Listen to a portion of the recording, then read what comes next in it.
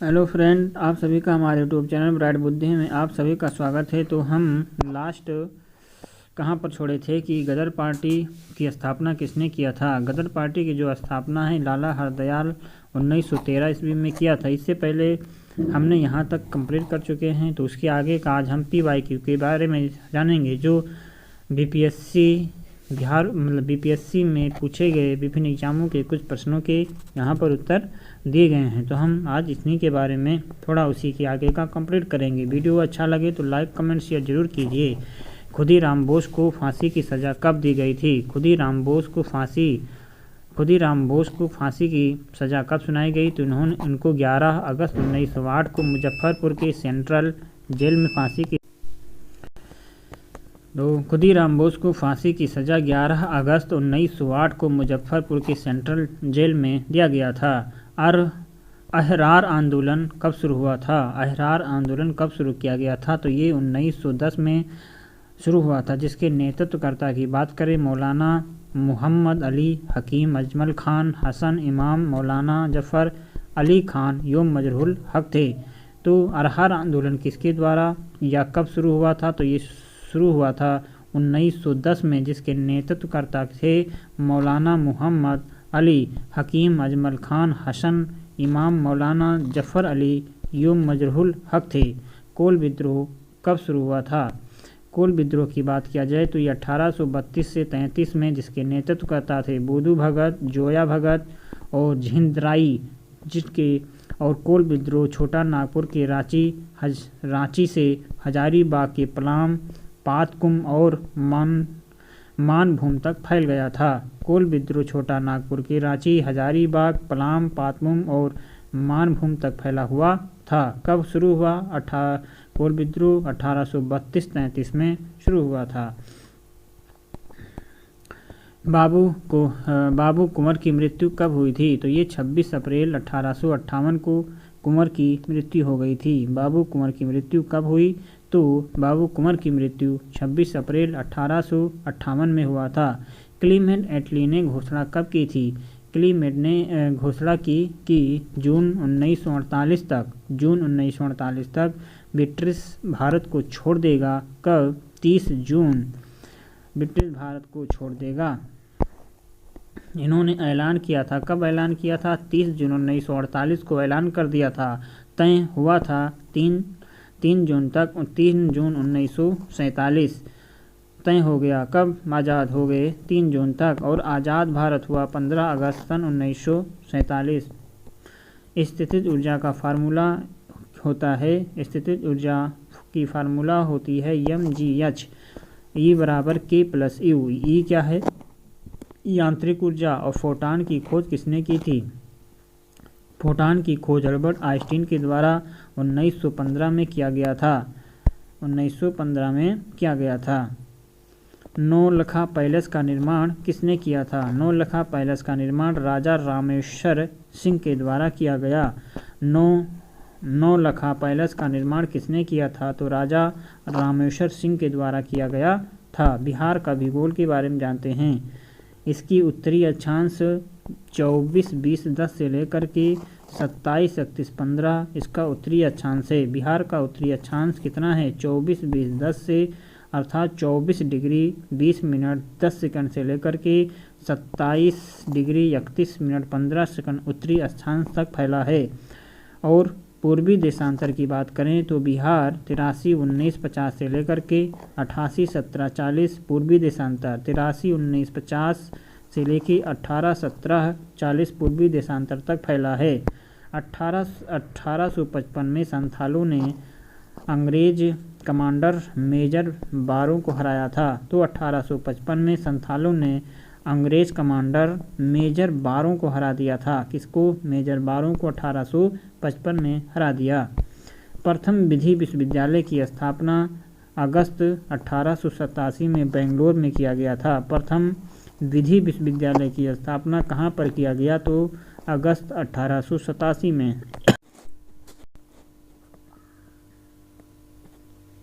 प्रभावती देवी भागलपुर क्षेत्र की स्वतंत्रता संग्राम सेनानी थी। प्रभावती देवी कौन थी? तो ये प्रभावती देवी भागलपुर क्षेत्र की स्वतंत्रता संग्राम सेनानी थी। बंगाल विभाजन रद्द हो गया था। 1911 ईस्वी में बंगाल का जो विभाजन है ये रद्द कर दिया गया।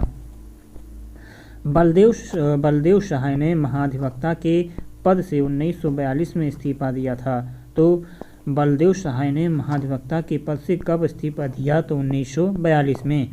भारत ट्रेड यूनियन कांग्रेस के प्रथम अध्यक्ष कौन थे? तो लाला लाजपत राय थे। भारत ट्रेड यूनियन कांग्रेस के प्रथम अध्यक्ष कौन थे? तो लाला लाजपत राय थे। कौन थे? तो लाला लाजपत राय।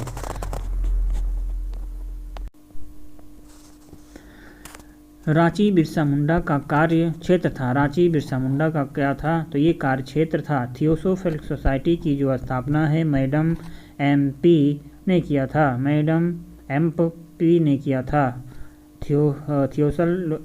थियोसोफिकल सोसाइटी की स्थापना मैडम MP ने किया था।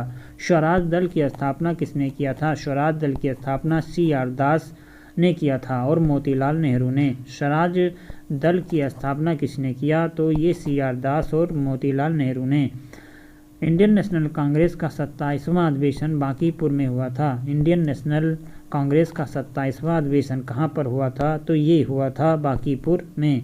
नेशनल काउंसिल ऑफ एजुकेशन की स्थापना कब किया गया? तो ये 15 अगस्त 1906 को किया गया था। नेशनल काउंसिल ऑफ एजुकेशन की स्थापना 15 अगस्त 1906। मद्रास महाजन की सभा की स्थापना 1884 ईस्वी में किया गया था। मद्रास महाजन सभा की स्थापना 1884 में। New lamp for old lake श्रृंखला किसने लिखी? New lamp for old lake की श्रृंखला अरविंद घोष ने लिखा था। किसने लिखा? अरविंद घोष ने। बघेरा विद्रोह कहाँ पर हुआ था? ये गुजरात के बड़ौदा में हुआ था। बघेरा विद्रोह गुजरात के बड़ौदा में हुआ।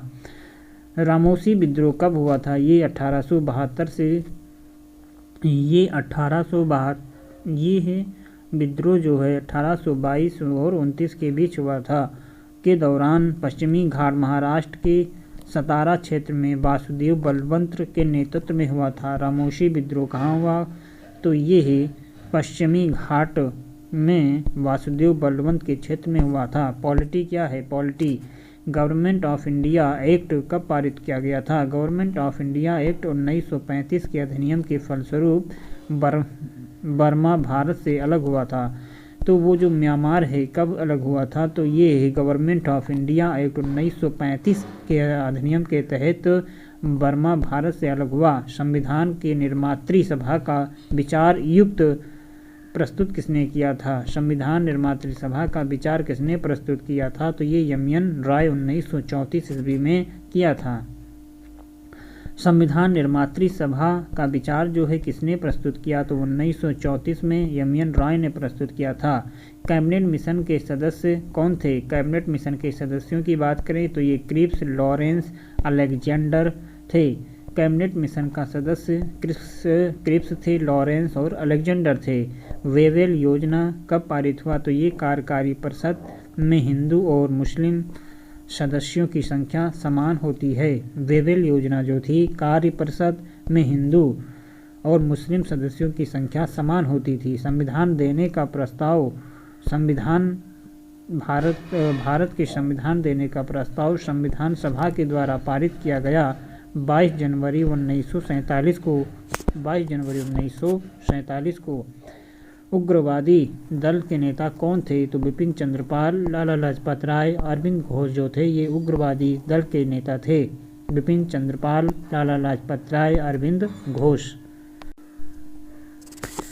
स्वदेश बांधो समिति की स्थापना कब हुआ था? स्वदेशी बांधो समिति की स्थापना अश्विनी कुमार दत्त ने किया था। किसने किया था? तो ये स्वदेशी बांधो की स्थापना अश्विनी कुमार दत्त ने किया था। राष्ट्रीय शिक्षा परिषद की स्थापना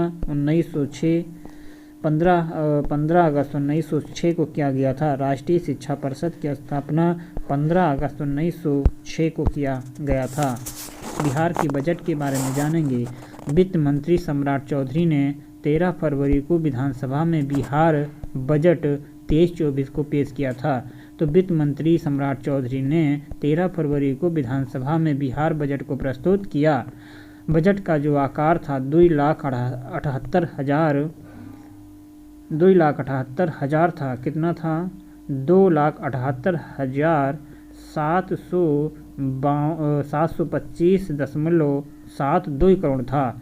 2,78,725.72 करोड़ था। वित्त वर्ष 2022-23 में बिहार की आर्थिक विकास की जो दर है वो 10.64% रहा है, जो सभी राज्यों में सबसे अधिक है और दूसरे में असम है। वित्त वर्ष की बात किया जाए तो वित्त वर्ष 2022-23 में बिहार की आर्थिक विकास की दर 10.64% है, जो सभी राज्यों से काफ़ी अधिक है। दूसरे नंबर में असम। कुल व्यय की बात किया जाए तो 278.725 करोड़ है। 278.725 करोड़ या 2,78,725.75 करोड़। योजनागत व्यय कितना है? तो 100.0163 करोड़ रुपए है। और गैर योजनागत व्यय की बात किया जाए तो 178 या 1,78,706.63 करोड़। कुल राज्य व्यय बात किया जाए, कुल राज्य व्यय 2,75,676.99 करोड़ रुपए है। कुल राजस्व व्यय की बात किया जाए तो 275 या 2,75,676.99। कुल पूंजीगत व्यय किया जाए तो कितना है? कुल पूंजीगत व्यय 53,048.72 करोड़ है। किस पर कितना खर्च होगा? तो सामाजिक सेवा पे 38.89, सामान्य सेवाओं पे खर्च होगा 29.95, आर्थिक सेवाएं पे 22.68, लोक ऋण के लिए 8.03 और प्रत्येक विभाग को बजट 2024-25 में कितने मिलने वाली राशि है? प्रत्येक विभाग को बजट 2024-25 में मिलने वाली राशि है, जिसे कि आप यहाँ पे स्वास्थ्य विभाग में 14.932 करोड़ रुपए मिलेंगे और शिक्षा विभाग को मिलेंगे 526.39 करोड़ और ग्रामीण विकास विभाग को 14.296 करोड़ रुपए, ऊर्जा विभाग को 11,422 करोड़ रुपए और नगर विकास और आवास विकास को 4.05% अर्थात 11,298 करोड़ रुपए। कृषि विभाग को 3,600 करोड़ रुपए प्राप्त होंगे और खेल विभाग को दिया जाएगा 183 करोड़ रुपए अर्थात 0.07। कुल प्राप्तियों की बात करें तो 2,78,925.72 करोड़ रुपए। राजस्व प्राप्तियों की बात करें तो 2,26,798.40 करोड़ रुपए। केंद्र सरकार से प्राप्त राजस्व होगा केंद्र सरकार से 1,65,172.54 करोड़ रुपए। पूंजीगत की प्राप्तियों की बात करें तो ये 52,127.32 करोड़ रुपए। इनकम कहाँ से आएगा? तो ये केंद्रीय करों से या केंद्रीय करों में राज्य का अंश। इनकम कहाँ से आएगा? केंद्रीय करों में राज्य का अंश कितना है? तो 1,13,011.92 करोड़ रुपए है, लगभग 40.52%। राजस्व सरकार के कर का राजस्व कितना है? तो ये होगा 61,625.86 करोड़ रुपए। केंद्र सरकार में सहायता अनुदान 52,160 करोड़ रुपए। लोक ऋण 18.53%। राज्य का कर विभिन्न राजस्व के 2.8 राज्य का जो कर होगा विभिन्न राज्य के 2.8 ऋणों की जो वसूली होगी ये 0.16% होगी। ऋणों की जो वसूली 0.1 राजकोषीय घाटा की बात करें तो कुल प्राप्तियां उधार को छोड़ करके राजकोषीय घाटा क्या होता है, अर्थात कुल व्यय में से घटा देंगे कुल प्राप्तियां उधार को छोड़ करके। राजकोषीय घाटा का जो अनुमान है लगभग कितना है, तो ये 29,095.42 करोड़ रुपए, जो GSDP का 2.98% है। बिहार बजट 2024-25 में बिहार के GSDP का जो ग्रोथ रेट है वो 15.5% का लक्ष्य रखा गया है। राजस्व बचत 1124.41 करोड़ रुपए। राजस्व बचत कितना है, तो 1124.41 करोड़ रुपए। आधार वर्ष 11-12 के स्थिर मूल्य पर वित्त वर्ष 22-23 में GSDP में 10.64 है। भारत का GDP में वर्ष 2022-23 में 7.24 वृद्धि हुई। दूसरे स्थान पे बात करें तो असम है जो 10.2% है। तीसरे स्थान पर दिल्ली 9.2%। बिहार सरकार के साथ निश्चय 2 तहत 5,040 करोड़ रुपए आवंटित किए गए हैं। बिहार सरकार के साथ निश्चय के तहत 5,040 करोड़ रुपए आवंटित किए गए हैं। सप्त निश्चय योजना 2.0 होगा। 2.0 की शुरुआत, जिसमें युवा शक्ति, बिहार की प्रगति और सशक्त महिला, सक्षम महिला, स्वच्छ गांव, समृद्धि गांव, सुलभ मतलब कि 7 निश्चय योजनाओं को निश्चित किया गया है, जिसमें आता है युवा शक्ति, बिहार की प्रगति, सशक्त महिला, सक्षम महिला, स्वच्छ गांव, समृद्धि गांव, सुलभ संपर्कता, सबके लिए अतिरिक्त स्वास्थ्य सुविधाएं, स्वच्छ शहर और विकसित शहर, हर खेत तक सिंचाई का साधन या सिंचाई का पानी। मुख्यमंत्री महिला उद्यमी योजना के तहत 250 करोड़ रुपए आवंटित किया गया है। मुख्यमंत्री महिला उद्यमी योजना के तहत कितने रुपए आवंटित किए गए हैं, तो 250 करोड़ रुपए। वैशाली में बिदुपुर में पान विकास के लिए सेंटर ऑफ एक्सीलेंस की स्थापना होगी। वैशाली में बिदुपुर में पान विकास के लिए सेंटर ऑफ एक्सीलेंस की स्थापना होगी। 10 अक्टूबर 2023 को राष्ट्रपति द्रौपदी मुर्मू के द्वारा पटना के बापू सभागार में बिहार के, ये कुछ अधूरा है, इसको छोड़ देंगे हम। इस समय का कार्यकाल 2023 और 28 तक है। बिहार की भी कुछ अधूरा ही है। पहला कृषि रोड मैप 2008 लॉन्च किया गया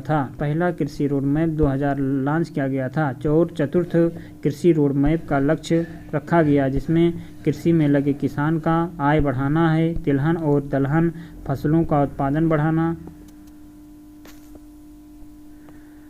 किसानों को फसल और उचित दाम पर दिलाना, ये कृषि रोड मैप का काम है। गुणवत्ता युक्त बीज का उत्पादन करना, कृषि को आयोग से जोड़ना, मत्स्य दूध के क्षेत्र में उत्पादन बढ़ाना। भागलपुर में सांभोर में सेकेंडरी एग्रीकल्चर कॉलेज की स्थापना करना है। भागलपुर में सांभोर में सेकेंडरी एग्रीकल्चर की स्थापना करना भी इनका मुख्य उद्देश्य है। करंट अफेयर्स, जो मार्च की करंट अफेयर्स है, तो हम ये अगले वीडियो में देखेंगे। तो बस आज के लिए बस हम इतना ही पढ़ेंगे, शेष हम पढ़ेंगे किसी अगले वीडियो में, और ये लास्ट वीडियो होगा। तो इतना अभी थोड़ा सा बचा हुआ इस नोट्स बुक में, जो हमारे द्वारा लिखी गई नोट्स बुक है, इस पेज में थोड़ा बहुत कठिनाई होगी, जो साफ दिखाई नहीं दे रहा होगा, तो आप इसको किसी तरह से कोशिश करेंगे जानने और समझने की, क्योंकि ये बिहार की बजट है, जो कठिन तो लग रहा होगा कि क्या हमने इसमें पढ़ा दिया, बट इसमें आप कोशिश कीजिएगा जानने और समझने की। आपको वीडियो अच्छा लगेगा तो चलिए, आपको वीडियो अच्छा लगे तो लाइक कमेंट शेयर जरूर कीजिए अपने हित में दोस्तों के साथ। तो हम मिलेंगे किसी एक नई वीडियो में, तब तक आप पढ़ते रहें, मस्त रहें। नमस्कार।